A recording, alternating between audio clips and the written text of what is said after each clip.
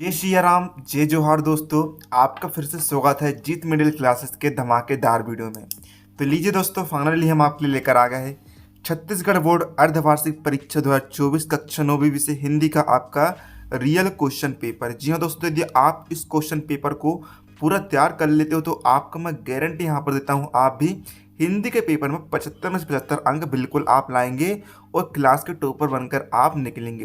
तो पूरा question paper with complete solution आपको इस वीडियो के माध्यम से दिया जाने वाला है। Let's start the video without wasting any time. तो देखिए दोस्तों, यहाँ पर सबसे पहले हमें यहाँ पर सही विकल्प चुनकर उत्तर लिखना है। पहला क्वेश्चन हम देखेंगे दोस्तों, यहाँ पर पहला क्वेश्चन आपका दिया गया है, सोमा बुआ अपना दुख दर्द किसे बताती है। पहला ऑप्शन है गीता को, दूसरा ऑप्शन है विशाखा को, थर्ड ऑप्शन है सरिता को, चौथा ऑप्शन है राधा को। तो दोस्तों इसका राइट आंसर आपका हो जाएगा ऑप्शन नंबर ए, गीता को। सेकंड है, पहुना का शब्दार्थ क्या है। पहुना शब्द का अर्थ क्या है ये बताना है आपको। आ मेहमान, बा मित्र, सा परिवार और डा पिताजी। तो दोस्तों इसका राइट आंसर आपका हो जाएगा मेहमान। पहुना शब्द का अर्थ क्या होता है, मेहमान, है ना। इसके बाद में दोस्तों यहाँ पर आपका थर्ड क्वेश्चन है, राउत नाचा में मुख्यतः शामिल होते हैं। आ दोहा, बा चौपाई, सा रोला, डा सोठा। तो दोस्तों इसका राइट आंसर आपका हो जाएगा दोहा। चौथा है दोस्तों, तोतोचन पुस्तक किस भाषा में लिखी गई है। आ रूसी, बा जापानी, सा हिंदी, दा संस्कृत। दोस्तों इसका राइट आंसर आपका हो जाएगा जापानी। चलिए अब हम बढ़ते हैं यहाँ पर आगे की तरफ। तो यहाँ पर देखिए आपका पांचवा क्वेश्चन हमें यहाँ पर दिया गया है कि ग्राम्य जीवन पथ के कवि कौन है। पहल ऑप्शन आ है मैथिली शरण गुप्त, बा सुमित्रा नंदन पंत, सा जयशंकर प्रसाद, डा डॉक्टर मुकुटधर पांडे। तो दोस्तों इसका राइट आंसर होगा आपका ऑप्शन नंबर बा वाला, सुमित्रा नंदन पंत। अब देखिए प्रश्न एक का ही खंडवा में आपको यहाँ पर रिक्त स्थान की पूर्ति करनी है। तो पहला क्वेश्चन हमें दिया है, डॉक्टर सीवी रमन का जन्म रिक्त स्थान नगर में हुआ था। तो दोस्तों यहाँ पर आप उत्तर में लिखेंगे तिरुचिरापल्ली, जो कि कहाँ पर है, केरल में है। तो इस नगर में उनका जन्म हुआ था। सेकंड है, रिक्त स्थान माँ जाड़ जनाबे अंगरा कस वैशाख तपे। थर्ड है, बाबू राम स्वरूप रिक्त स्थान पर धम से बैठ जाते थे। दोस्तों इसका यहाँ पर रिक्त स्थान में आप लिखेंगे कुर्सी। चौथा है, होली के अवसर पर गाए जाने वाले गीत को रिक्त स्थान कहते हैं। तो दोस्तों यहाँ पर उत्तर आपका हो जाएगा फाग, फाग कहते। पांचवा है, गुल्ली से रिक्त स्थान फूट जाने का भय था। तो यहाँ पर उत्तर होगा आपका आग। अब देखिए प्रश्न एक एक खंड सामने, यहाँ पर आपको सही जोड़ी बनानी है। तो इसका आंसर चलिए हम देख लेते हैं। तो दोस्तों आपका देखिए पहला आपका दिया गया है पृथ्वी का दुख, तो इसकी सही जोड़ी मिल आएगी गुमसुम रहना से। राजिम की सही जोड़ी मिल आएगी छत्तीसगढ़ का ऐतिहासिक स्थल से। मयाली नोंग की सही जोड़ी मिल आएगी एशिया का सबसे साफ सुथरा गाँव। लोक कथा पीढ़ी दर पीढ़ी हस्तांतरित होती है। गुल्ली डंडा की सही जोड़ी मिल आएगी मुंशी प्रेमचंद जी से। अब चलिए दोस्तों बढ़ते हैं हम यहाँ पर अपने प्रश्न क्रमांक 2 की ओर। प्रश्न क्रमांक दूसरा हमें दिया है कि प्रश्न क्रमांक दूसरा दोस्तों हमारा, लोकगीत का क्या अर्थ है। लोकगीत का हमें अर्थ बताना है। तो इसका उत्तर हम दोस्तों देखेंगे लोकगीत का अर्थ। तो यहाँ पर दोस्तों उत्तर में आप लिखेंगे लोकगीत लोकों के गीत है।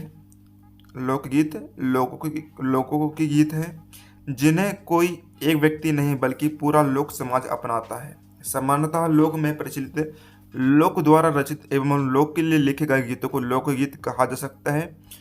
लोक गीतों का रचनाकार अपने व्यक्तित्व को लोक समर्पित कर देता है।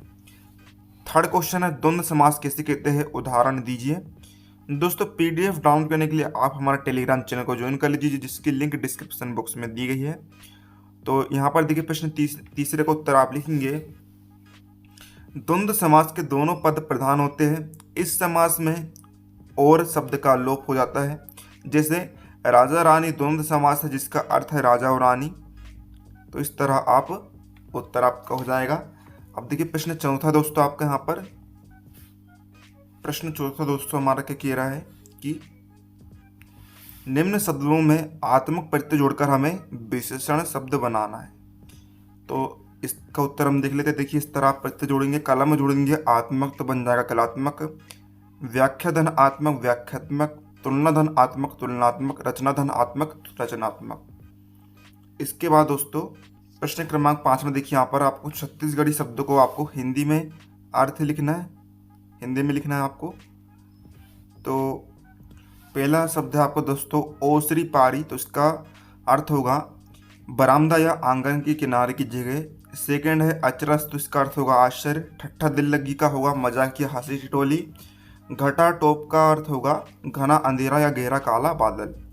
प्रश्न 6 में देखिए यहाँ पर आपको मुहावरों का अर्थ उनका लिखकर उनका वाक्य में प्रयोग करना है। तो आइए इसका उत्तर हम देख लेते हैं।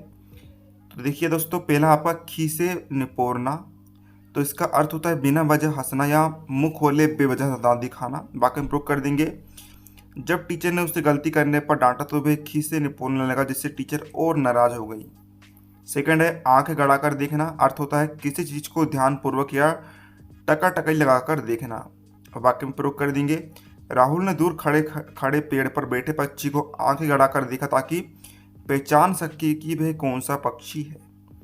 प्रश्न 7वां क्वेश्चन है लय का मन आकाश ला बोहे रही थे का मतलब क्या है। तो इसका मतलब दोस्तों होगा बच्चे आसमान को ताकते रहते हैं। इसके बाद दोस्तों आपका यहाँ पर हम देखते हैं 8वां क्वेश्चन दोस्तों क्या दिया गया है, बच्चों के काम पर जाने के कोई 3 कारण लिखिए। तो इसका उत्तर आप लिख देंगे बच्चों के काम पर जाने के निम्नलिखित कारण हो सकते हैं। पहला, बच्चों के माता पिता ना होने के कारण उन्हें मजबूरी में काम करना पड़ता होगा। सेकंड, बच्चों के घर में पैसे की तंगी होने के कारण उन्हें काम पर जाना पड़ता होगा। इसके बाद देखिए दोस्तों 9वां क्वेश्चन है रमन प्रभाव क्या है, स्पष्ट कीजिए। तो रमन प्रभाव के अनुसार जब कोई एक वर्णी प्रकाश द्रवों और ठोसों से होकर गुजरता है तो उसमें आपतित प्रकाश के साथ अत्यल्प तीव्रता का कुछ अन्य वर्णों का प्रकाश देखने में आता है। 1930 में भौतिकी का नोबेल पुरस्कार चंद्रशेखर वेंकट रमन को उनके इस खोज के लिए प्रदान किया गया था। इसके बाद में दोस्तों देखिए 10वां क्वेश्चन है मोती व्यर्थ लुटाने वालों पंक्ति में मोती से क्या आशय है। तो दोस्तों इसका उत्तर आपका हो जाएगा मोती व्यर्थ लुटाने वाली पंक्ति में मोती से आशय आंसुओं से है। अब चलिए दोस्तों हम देखते हैं यहाँ पर आपका 11वां क्वेश्चन क्या कह रहा है। यहाँ पर पंक्तियों को आपको भावार्थ लिखना है। आपकी दोस्तों देखिए पंक्ति दी गई है शांतिपूर्ण लघु विराम से लेकर अतिथि का मान तक। इसके अत्व में गोधन चढ़ते से लेकर धर्म सुखसार तक आपको पंक्ति दी गई है, इनका आपको अर्थ लिखना है। और इसके बाद में देखिए दोस्तों आपका यहाँ पर 12वां क्वेश्चन है कि यहाँ पर आपको गद्यांश की साफ प्रसंग आपको व्याख्या लिखनी है। तो राजमहल खूब सजाए से लेकर कम न लगती तक है। इसका अथवा विलायती खेलों से लेकर अरुचि हो गई तक है। प्रश्न 13वां है बाल श्रम अधिनियम के बारे में विस्तार से लिखिए अथवा रीढ़ की हड्डी पद के आधार पर उमा का चरित्र चित्रण कीजिए। प्रश्न 14 टिप्पणी लिखिए। पहला ग्रंथालय, सेकंड ललित कला अथवा खेरागढ़ विश्वविद्यालय के प्रथम कुलपति पंडित SN रातन जनकर के योगदान को लिखिए। प्रश्न 15वां केकड़ा और ठेंगा ने किसान के बेटे की रक्षा किस तरह की अथवा किसान के बेटे ने परिश्रम के महत्व को किस तरह परिभाषित किया। प्रश्न 16वां है निम्नलिखित गद्यांश को पढ़कर निम्न प्रश्न के उत्तर दीजिए। आपका गद्यांश दिया इसको पढ़कर आपको प्रश्न के उत्तर लिखना है। दोस्तों ये था आपका कक्षा 9वीं विषय हिंदी का आपका मॉडल क्वेश्चन पेपर। इसके हमने 10 तक के उत्तर देख लिए। यदि आप कमेंट करके हमें बताएंगे कि आपको इसका पार्ट 2 का सोल्यूशन चाहिए तो दोस्तों यदि आप डिमांड करेंगे तो हम इसके लिए पार्ट 2 का सोल्यूशन भी आपके लिए बना देंगे। तो वीडियो पसंद आए वीडियो को लाइक कर दीजिएगा। मिलते हैं आपको अगले किसी नए वीडियो, तब तक के लिए जय हिंद जय भारत।